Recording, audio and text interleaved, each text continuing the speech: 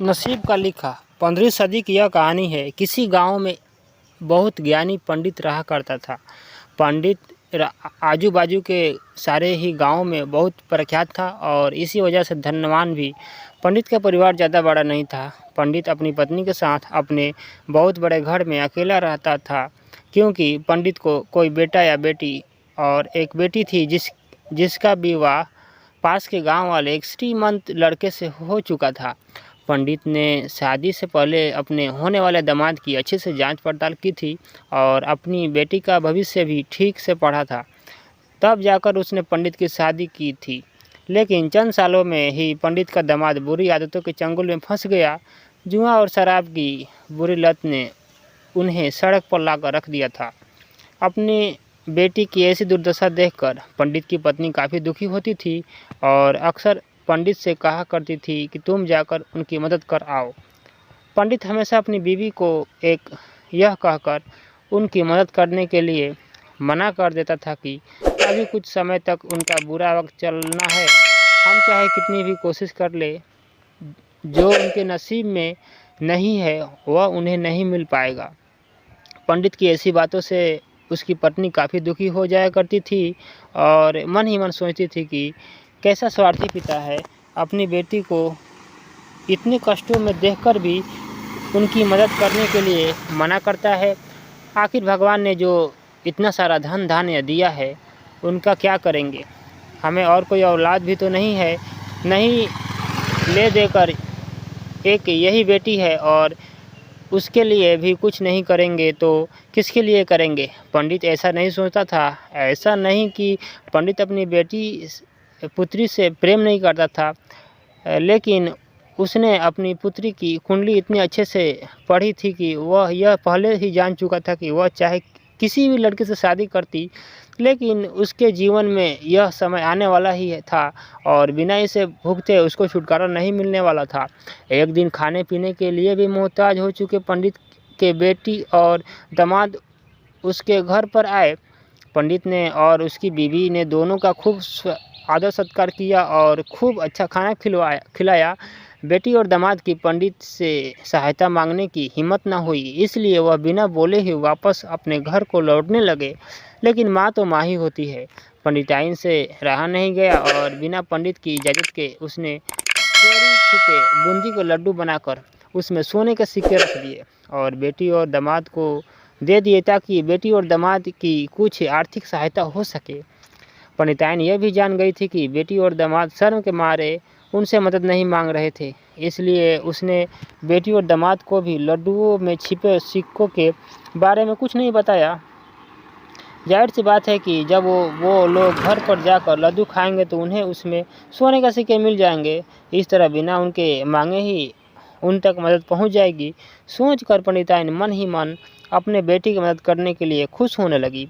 पंडित के दामाद और बेटी उन दोनों का आशीर्वाद उन लेकर अपने घर की तरफ रवाना हो गए। उन दिनों गाड़ियाँ तो नहीं होती थी, घोड़ा गाड़ी या बैलगाड़ियाँ चलती थी।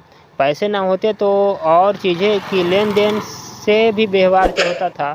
बेटी और दामाद का गाँव पंडित के घर से कोसों दूर था, फिर भी पैसों की कमी के चलते वह चलकर अपने गांव की तरफ निकल पड़े।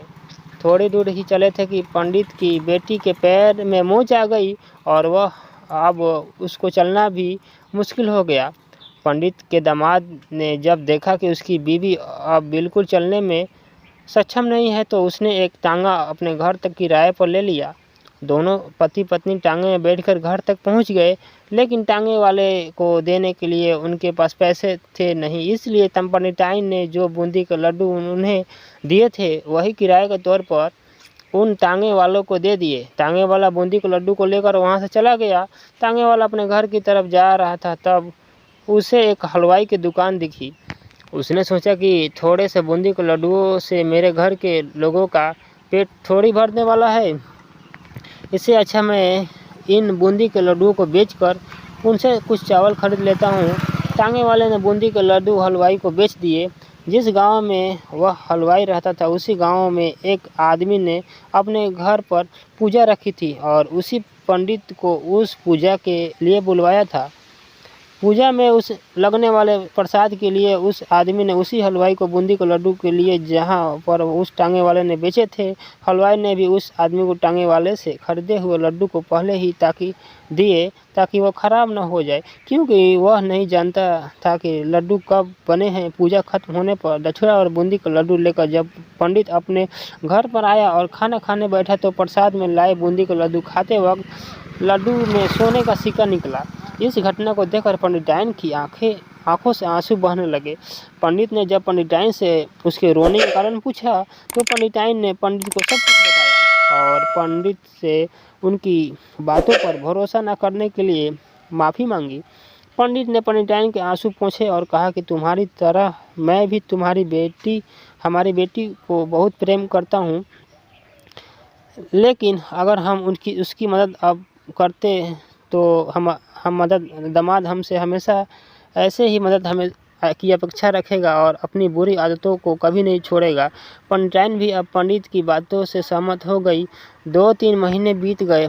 पंडित के दामाद और बेटी फिर से एक बार उसके घर आए और इस बार उनकी परिस्थिति पहले से बेहतर थी, क्योंकि पिछली बार खाली हाथ जाने के बाद दामाद ने नया काम शुरू कर दिया था और अपनी सारी बुरी आदतें भी छोड़ दी थी। दोस्तों, नसीब का लिखा नहीं बदलता। यह कहानी आपको कैसी लगी?